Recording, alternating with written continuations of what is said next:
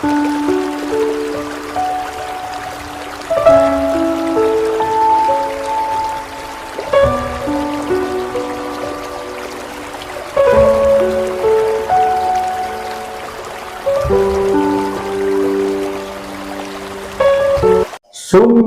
latus'alunna anin na'im.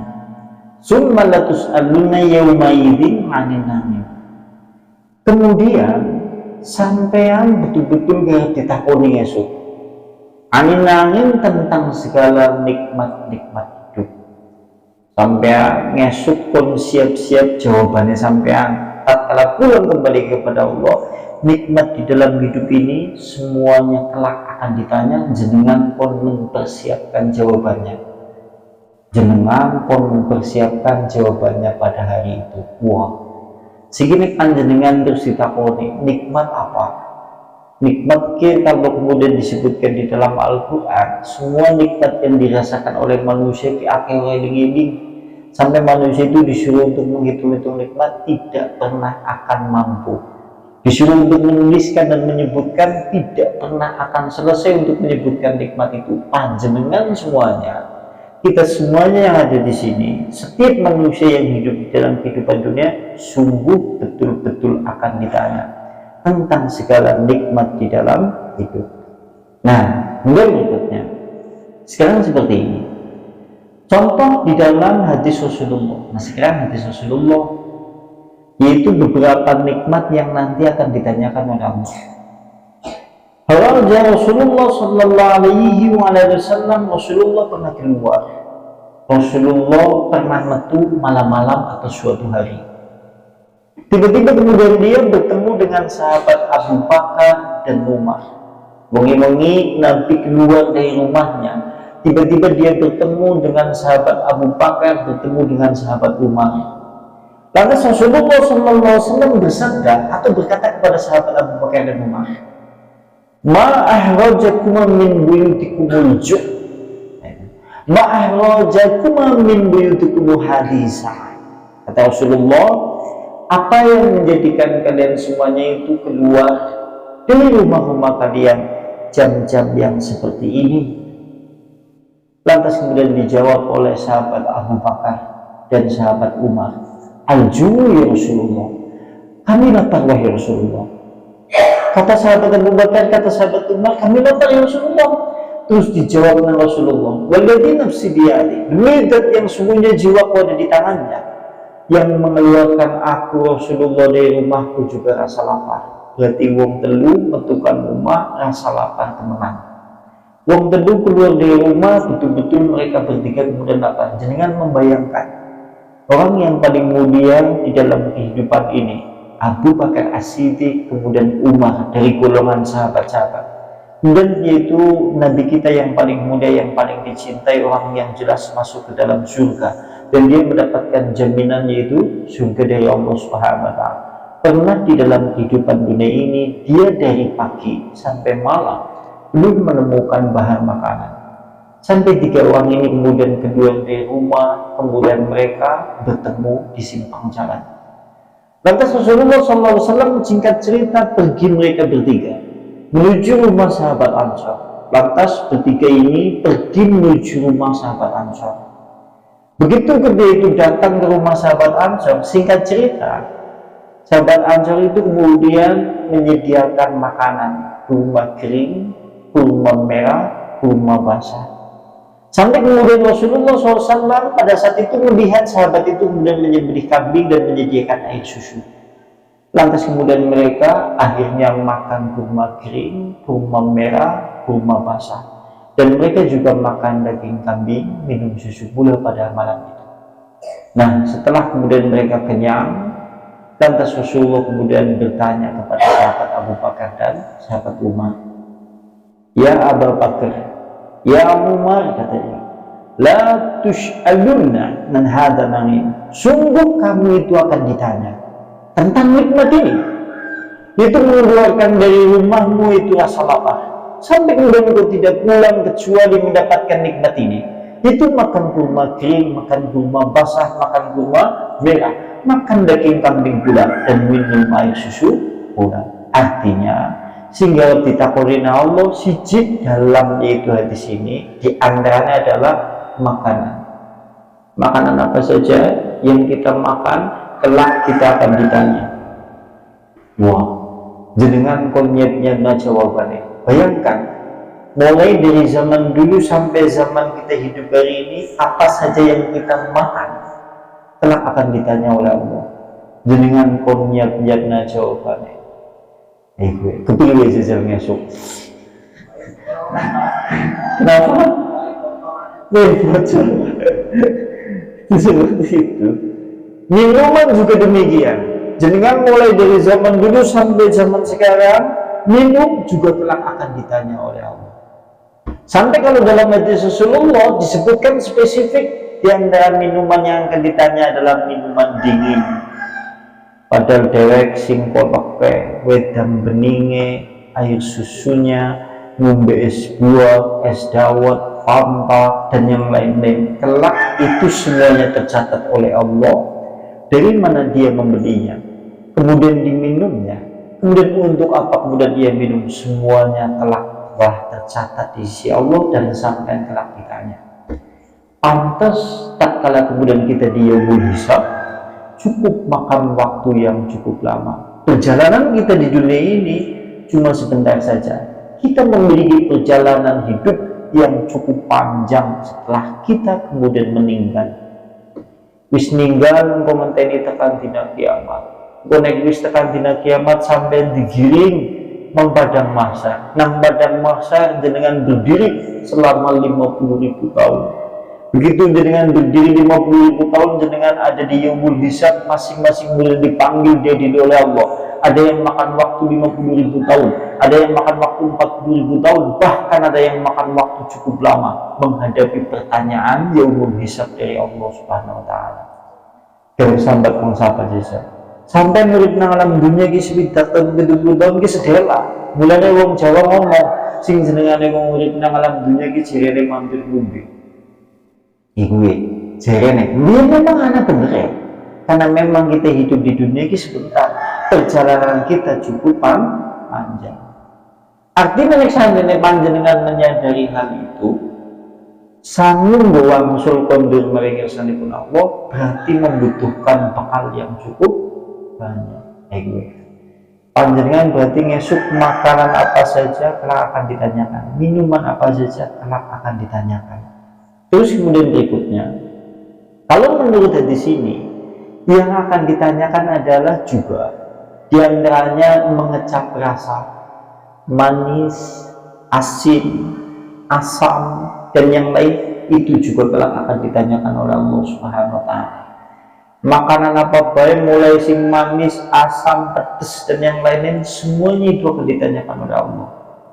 Coba bayangkan jenengan, kalau suatu saat panjenengan dipanggil oleh Allah Subhanahu wa taala, dihadapkan oleh permasalahan itu, nek panjenengan amalane ora akeh, gelap sambat mung sapa, nangis mung sapa, jaluk tulung mung sapa, dan tidak ada yang bisa memberi pertolongan kita kecuali rahmat dari Allah Subhanahu wa taala. Ternyata yang jenengane menung sapot sanggane ya. Karena becanggane mbok uripe sedela ning tanggung jawab ke gede. Kalau saya katakan sing jenengane wong urip nang alam dunia ki sedela 50 tahun, 70 tahun, 70 tahun, tapi tanggung jawab ke gede. Dan untuk penutup, yang tidak ditanya oleh Allah, kabeh nikmat berarti akan ditanya. Contoh kalau dalam hadis Rasulullah, yang ditanya la tazalu qadami 'abdi, tidak akan bergeser kedua kaki hamba sampai kelak dia akan ditanya 4 perkara. Panjenengan ngesuk berdiri di hadapan Allah, kaki Anda itu tidak bergeser sampai panjenengan itu ditanya 4 perkara. 1 yaitu tentang umurnya sampai ngesuk ditakoni, mulai balik sampai ngomong apa bayu, mulai balik sampai ngomong apa baik kang. Begitu panjenengan bujangan remaja sampai ditakoni kang, bujangan ben sampai ngomong apa baik, yuk sampai zaman berawal ini ngomong apa baik. Begitu masuk usia 40 tahun jenengan ditakoni usia 40 tahun nang jenengan ngomong apa baik.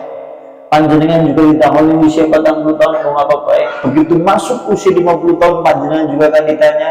Begitu panjenengan masuk usia 60 tahun panjenengan juga akan ditanya. Seluruh hidup manusia usianya itu kelak akan ditanyakan oleh Allah. Berarti sampai kelak akan ditanya oleh Allah. Takoni iku nganti sesuai. Dan jawab apa aja.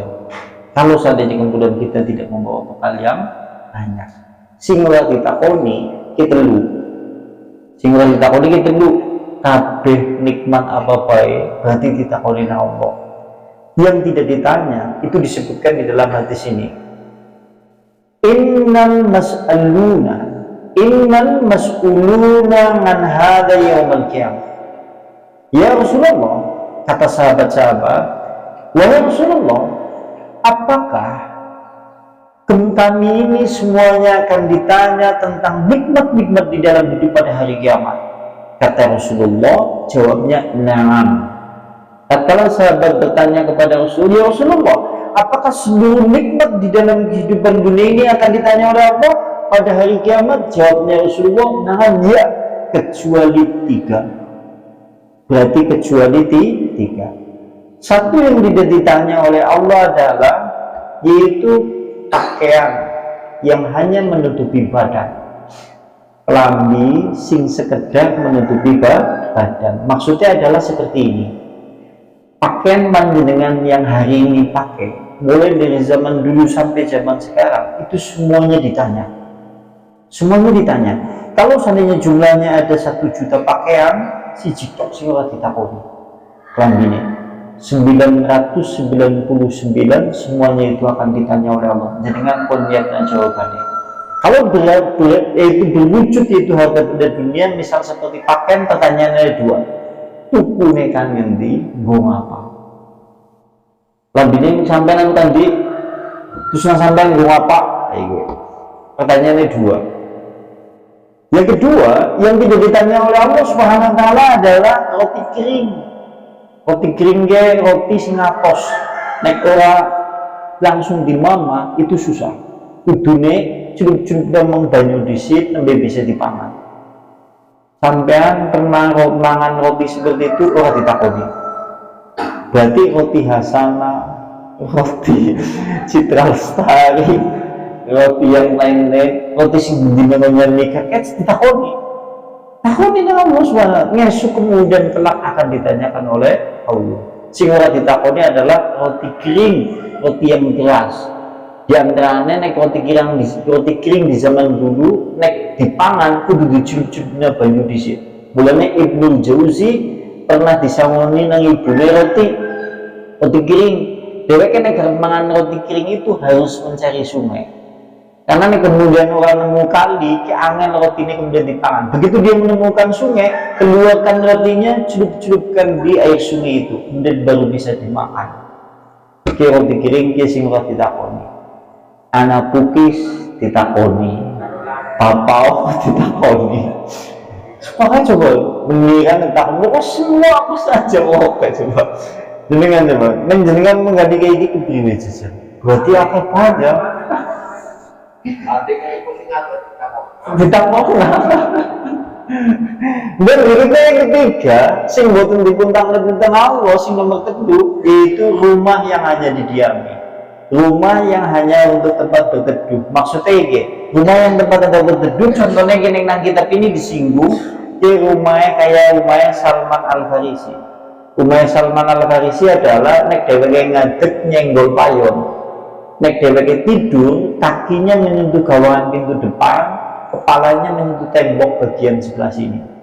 Anak umumnya sampean singi gue, ya berarti nek sampean umumnya siki lebih kayak gue, berarti kerap ditakoni. Umumnya ini gak umumnya kan ngendi duitnya, terus nang sampean umumnya ini ngomong apa baik. Berarti nek sing ada umumah juga ora ditakoni masalah umumah. Milih di rumah apa milih di rumah? Oke, ini nek menurut kulo, semakin manusia itu kaya, semakin manusia itu kemudian memiliki harta benda, semakin manusia itu memiliki harta yang melimpah, maka pertanyaannya di sisi Allah terkait masalah nikmat-nikmat di dalam kehidupan dunia, semakin lama waktunya, semakin suki, semakin kaya, semakin banyak harta pada dunia, pertanyaannya banyak. Jadi kan bayang apa ya, ketusat neng ngadep Allah sampai sinang kene berbicara masalah gelas ya, gelasnya sampai sing duwe 10 lebih cepat dibandingkan sing duwe gelas 100. Piringnya sampai sing jumlahnya 5 lebih cepat pertanyaannya sudah daripada sing duwe piring 100. Lumayan sampai sing 45 lebih sulit dibandingkan sing duwe emas siji. Sampai sing nikmati akhir dengan segala apa saja yang ada lebih sulit dibandingkan sing pengen apa-apa ketulutan. Gitu ya.